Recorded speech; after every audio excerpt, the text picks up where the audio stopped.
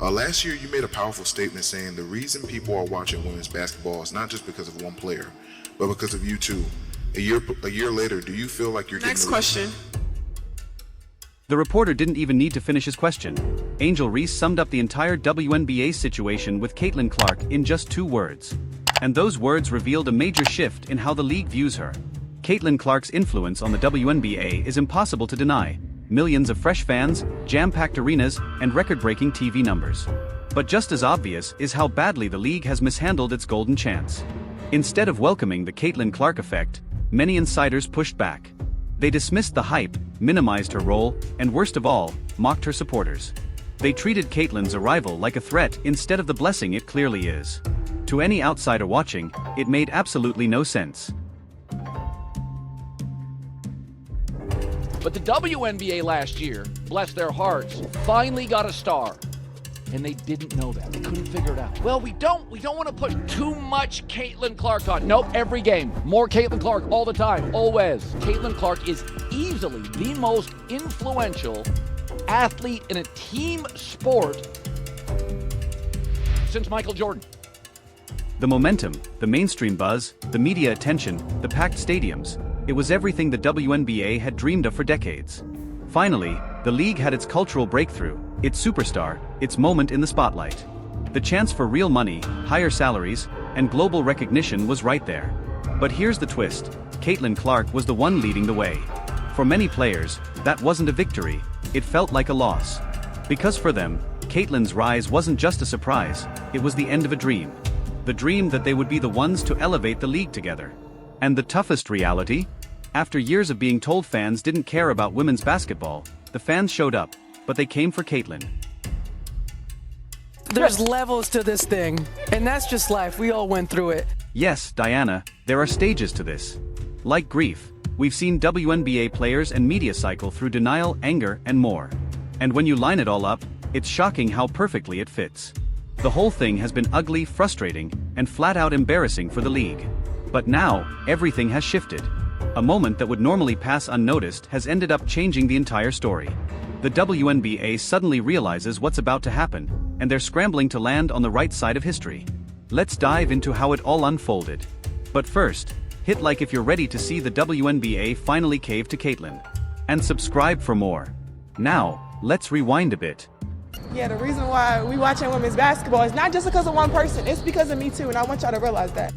By this time last season, Caitlin Clark had already taken up permanent space in the minds of half the league. She hadn't just shown up, she exploded onto the scene. Ratings tripled, NBA arenas were selling out, jersey sales skyrocketed. Every Fever game became must-see entertainment. Fans camped outside for hours, and scalpers charged playoff prices for standard regular season tickets. Now, if we say her stats are today, what? 20 points, 8.4 assists, 6 rebounds. That's crazy. But 5 points. What's wild is the envy began even before Caitlin played a single professional game. The hype around her was once in a generation. She broke the all-time NCAA scoring record across both men's and women's basketball. She carried Iowa to back-to-back national championship appearances. She sold out arenas everywhere she went and dropped logo threes like they were free throws. Then came the draft. No surprises, no suspense, just a coronation. The number 1 pick was obvious. But more than that, she was the moment. The flashing cameras, the sponsor attention, the massive press coverage, it was all centered on her. And that's when things turned tense. Sure, the league had seen stars before: Aya Wilson, Kelsey Plum, Breanna Stewart, true champions, MVPs. But none had arrived with hype at this scale. For some, that stung. Enter stage 1 of grief: denial. Not simple skepticism, but outright resistance. Players, media, and executives were already working to play down her arrival before she even touched the court. Caitlin's coming. There's more than just that are coming. What will the league have in store for them when they get there? Look, SVP, reality is coming. If Caitlin had struggled early, if she'd been average, the veterans would have pounced. The storyline would have written itself: college isn't the pros. They would have said you can't just walk into the WNBA and dominate women who built the league. The hype would have cooled, media attention would have faded, and the old guard would have felt vindicated. But that didn't happen. Her very first game drew 2.1 million viewers, the most watched WNBA game in over 20 years. Ratings soared every time she played. National broadcasts, sellout crowds, jerseys flying off the racks. Caitlin didn't just rise to the occasion, she owned it. And that's when stage 2 showed up, anger. Voting last season. Clark, hammer. 3 Sky players coming over. Here's Clark. For 29 points, gets tripped up. Is good. Kennedy Carter now with 12 points off the bench. Once it was clear Caitlin's star power wasn't fading, the pushback moved onto the court. The league, consciously or not, seemed to target her physically. Players delivered cheap hits, hard screens, off-ball elbows, unnecessary contact. Referees? Silent whistles. The pattern became obvious. Let her take the hits, let her get worn down, make her question if she belonged. If the hype couldn't die naturally, they'd try to kill it with contact. Game after game, she looked battered, drained, and frustrated. But Caitlin didn't fold. She adjusted, got stronger, and came back after the Olympic break playing MVP-level basketball. She broke the assist record, made first-team All-WNBA, and carried the Fever to wins. Once she proved she was the real deal, the league entered stage 3, bargaining. It's just the structure of the way media plays out race. So last night we read Time magazine where Caitlin Clark was named Athlete of the Year. Why couldn't they have put the whole WNBA on that cover? The one thing that I cannot deny is the amount of little girls that were showing up to follow her. Little girls with their parents and the fervor and the energy there. Why her? Same thing. Why her? Well, but she was a white girl from the middle of a... At this point, players and media knew better than to go after Caitlin directly. It would blow back. So instead, they shifted the narrative to everything around her. They attacked her fan base. They criticized the media. The storyline became, Caitlin wasn't the issue, but the unfair treatment around her was. They claimed her fans weren't real WNBA fans. They suggested her popularity was just about race. They ignored the fact she led the league in assists as a rookie, drew record crowds, and brought millions of new eyes to the sport. None of that mattered. The spin was that it wasn't greatness, it was favoritism. It's the classic playbook: repeat the lie enough, shout it loud enough, and eventually some people buy it. And now, unbelievably, a portion of the basketball world believes Caitlin Clark isn't really that skilled, just lucky. But their plan backfired. Instead of her effect dying down, it grew. One after another, decorated veterans started joining the Fever. Not fringe players looking for jobs, champions with options. Dawana Bonner, Natasha Howard, Sydney Colson, women with rings, women with resumes. And they all wanted one thing: to play in Indiana. Not just for the roster or the coaching staff, but for Caitlin Clark. Just a short while ago, voices like Cheryl Swoops and Diana Taurasi painted Indiana as a place nobody wanted to go. That narrative collapsed. Suddenly, Indianapolis wasn't just a team, it was the destination. The floodgates opened.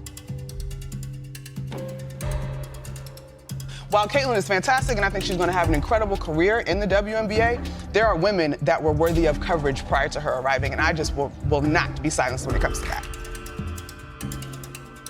Then came the upgrades. Entire arenas were being switched out just for Caitlin's games. Not for playoff races, not for marquee matchups, for her.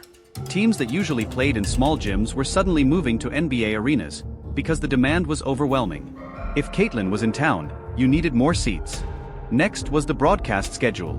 Out of Indiana's 44 regular season games, 41 were slated for national TV. That's not exposure, that's domination. Networks weren't hedging, they were all in, betting on the Caitlin Clark show almost every night. And preseason? One exhibition sold out a 15,000-seat arena. No playoff stakes, no standings on the line, just Caitlin warming up. And fans gladly paid hundreds just to watch. And for the first time in history, WNBA games will be played in the United Center. The Chicago Sky will host the Indiana Fever at the UC on Saturday, June 7th, and on Sunday, July 27th. By this point, the Caitlin Clark effect couldn't be dismissed anymore. It wasn't hype, it wasn't clever marketing, it was real numbers, real revenue, and unstoppable momentum. For many players, the truth sank in differently. Their own teams weren't being promoted around them, they were orbiting Caitlin. Entire campaigns were tied to Indiana's arrival. Ticket sales spiked only when she came to town. Broadcasters knew it, sponsors knew it, and fans absolutely knew it. Somewhere between the packed arenas, the non-stop promotion, and the new league energy, a stage quietly settled in. Acceptance. And once that landed, the conversations among players began to change. And the average reported ticket price was $650. Now, if you do the math here and you do 15,000 people times $650, that is almost $9.75 million just for a WNBA preseason game. Was the coverage flawless? Not at all. Biases remain, double standards linger, and critics are still louder than cheerleaders. Yet slowly, undeniably, the narrative has shifted. Outlets that once nitpicked her every play now highlight her leadership, her discipline, her influence. Players who once seemed dismissive are beginning to give respect, real respect. Not just she's talented, but she's redefining the game.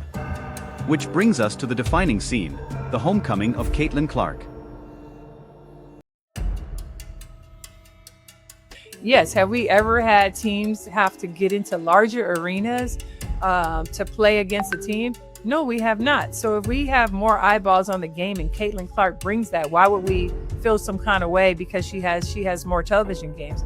I think we have to understand that when one player eats, we all eat. And as we all get more opportunities, it just opens it up for everyone else. Caitlin Clark a problem, bro. Yeah, see that. I just think about my rookie year and I think about how I came into the league and I'm like, bro, it was such a crazy transition for me to just understand what it's like to play at the pro level. And it's like this girl coming in as a rookie and going she broke the record for assists. I don't think people really understand how crazy that is to do as a rookie, your first year doing this. But that's another episode. Shout out to Caitlin, bro. The plays that she was making still, despite all that, was insane, but people were so caught up in the logo threes and the 23-point attempts per game, which absolutely I understand that it was so much fun to watch. But I always said she could potentially be one of the best point guards to ever play in the WNBA. More than 1.3 million tuned in to watch a preseason exhibition. And it wasn't just about the number, it was about what it represented. That audience didn't just top the WNBA, it surpassed broadcasts from other pro leagues. But it wasn't only the viewership. It was the way Caitlin responded to it. She didn't shrink from the pressure, she thrived on it. She recognized exactly what people came to witness. The fans filed outside in droves, getting ready at Carver Hawkeye Arena, and watch parties all around Iowa City. Everybody wants to catch a glimpse of Iowa's favorite daughter, Caitlin Clark, returning home. With the spotlight fixed on her, Caitlin crossed half court and drilled a three from the same spot where she broke the NCAA scoring record. It wasn't just a basket, it was a message. The crowd exploded. This wasn't just basketball anymore, it was entertainment. It was performance. Storytelling. A full circle moment delivered with flawless timing. Caitlin understood the stage, the history, and how to give fans something unforgettable. Sessions of the day for Brazil. Here's Clark. Wow! You bet! From beyond the logo! And speaking of unforgettable, even the Brazilian national team couldn't resist. After the game, they didn't just exchange handshakes and leave. They surrounded Caitlin, laughing, smiling, snapping selfies as if they had just met Michael Jordan. Because to them, in that moment, that's exactly who she was. I think one of the things I love about Caitlin the most is her understanding and willingness to meet the moment and do the thing that she knows everyone wants her to do. She knows what the people. She broke the record making that shot to begin with. There's just a certain star quality and star power there, but it takes you being confident enough, willing enough to be oh no, I know what you want. Come here, I'm gonna give it to you. I loved it so much. I just think it's great. I love when athletes have that bring the cameras right over here. Well, it's so fun. I mean, I couldn't agree more. She knows it. This was it. A sold-out crowd, 1.3 million watching at home, and opponents swarming her post-game for pictures. We live in a world of viral snapshots where perception often outweighs reality. And now, for Caitlyn, perception and reality had merged. The numbers were already known, the ratings, the sponsorships, the arena upgrades. But this was something different. This was the moment the illusion shattered, the illusion that the league belonged to anyone else. Yeah, it is clear that she is having her freaking Michael Jordan moment right now. Almost overnight, players, analysts, and media voices began sounding far more pro-Caitlyn than just weeks earlier. Why? Because after that preseason stretch, after the packed houses, the TV dominance, the magnetic pull she brought into every city, it wasn't up for debate anymore. Well, 1.3 million people watched it on ESPN. 1.3 million people. Let me put that in perspective, just between us. No NBA preseason game has had that audience in the last 7 years. Only 2 preseason games in the NBA have had that audience in the last 15 years. More people watched this preseason game than game 1 of last year's WNBA finals. No MLB spring training game has ever come close. The most is when 912,000 people watched the Yankees-Phillies, and that was 20 years ago. 1.3 million people watched Caitlyn Clark. Then came the offseason, where Caitlyn showed exactly why she's cut from a different cloth. While many players took time off, she was everywhere. Guest appearances, speaking at big events, shaking hands at NFL owner meetings, showing up at the Masters, and still making it to the gym at 8 a.m. the next morning. No excuses, no burnout, no days off. That's not just dedication. That's Kobe Bryant-level obsession. The favorite to win MVP, should she be? Yeah, I think so. When you talk about Caitlyn Clark, she averaged 19 points, 8 assists. I love that you're counting for me. I need you to count out loud. 19 points, 8 assists last season, but had an even better finish to the season after the All-Star break, after the Olympic break. She lit it up. What did she average? 12 assists during that time? She now has more pieces around her, more teammates she can get the ball to, and she had a full off season. It is a balance, but she's a generational talent. No league's ever about one player, but in this case, Caitlyn brought tens of millions of new viewers into the W, and there's no denying that impact. Not just in the WNBA, but the world of sports. Adam and I talk all the time about she's the most popular athlete in America, you know. Now Caitlyn Clark is stronger, sharper, and fully prepared for the grind. Her body is tuned for the pros, her decision-making is sharper, and her poise under pressure has only grown. She's no longer adjusting to the WNBA, she's getting ready to run it. Even her doubters sense the shift. Some scramble to praise her first, while others admit the truth silently by saying nothing at all. Like this season, people are trying to get on the right side of history after kind of being weird the first year. So I can see like the narrative is already kind of, they're waiting for her to produce so that they can say like they were right. The pain of not being the centerpiece, that's what this comes down to. And every player handles it differently. Some get frustrated, some go quiet, and a few, like Sophie Cunningham, embraced Caitlyn from the start. But however it looks, the moment has arrived. The proof is everywhere, and the scale is undeniable. That Iowa preseason game wasn't hype, it was the rebirth of the Caitlyn Clark effect. And this time, it's set to be even bigger. If you've made it this far, drop a trophy emoji in the comments. Thanks for watching. Whatever you want to call Mamba mentality, whatever you define as Mamba mentality, there's no question about it that Caitlyn Clark has it.